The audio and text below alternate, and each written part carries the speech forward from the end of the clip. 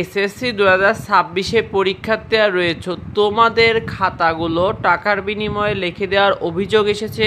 অর্থাৎ বর্তমানে কিছু শিক্ষকের বিরুদ্ধে টাকার বিনিময়ে তারা শিক্ষার্থীদের খাতা লিখে দিয়েছে এবং লিখে দিয়ে তারা শিক্ষার্থীদেরকে পাশ করিয়ে দিচ্ছে। অর্থাৎ পরীক্ষার চলাকালীন সময়, অর্থাৎ তোমাদের এই বিষয়টি দেখা গিয়েছে জীববিজ্ঞান পরীক্ষা অর্থাৎ 20 মে যেদিন পরীক্ষা হয়েছিল ওই দিন পরীক্ষা চলাকালীন সময়ে শিক্ষকরা বাইরে থেকে খাতা লিখে এনে সেটা আবার পরীক্ষা রুমে জমা দেয়। দেখতে পাচ্ছ এটা জীববিজ্ঞান পরীক্ষার খাতা ছিল।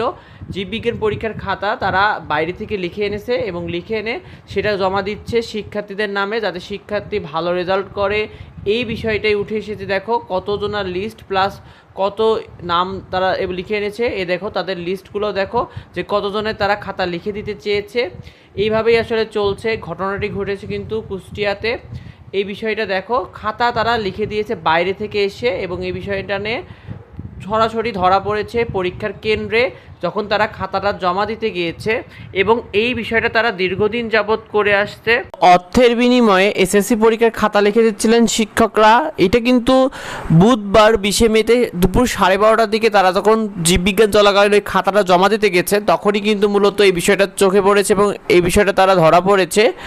আর এক্ষেত্রে এই ঘটনাটা ঘটেছিল কিন্তু ওই মাদ্রাসার যে সুপারিনটেনডেন্ট ছিল তারই ছেলে, তার খাতাটাকে তারা লিখে দিচ্ছিল পাশের জন্য। তো এইটা তারা জীববিজ্ঞান খাতা পরীক্ষার হলে নয়, কেন্দ্রের বাইরে থেকে তারা লিখে এনেছিল এবং লিখে এনে কিন্তু জমা দিচ্ছিল। তার মানে বুঝতেই পারছো যদি এরকম আরও কত জায়গায় চলছে তার তো ঠিক নেই। আর এইভাবে যদি খাতার মূল্যায়ন হয়, যারা ভালো পরীক্ষা দিবে কষ্ট করে পড়াশোনা করবে তাদের অনেকেই খারাপ রেজাল্ট করবে, আবার অনেকে ঠিক এইভাবেই তারা ভালো রেজাল্ট করে যাবে।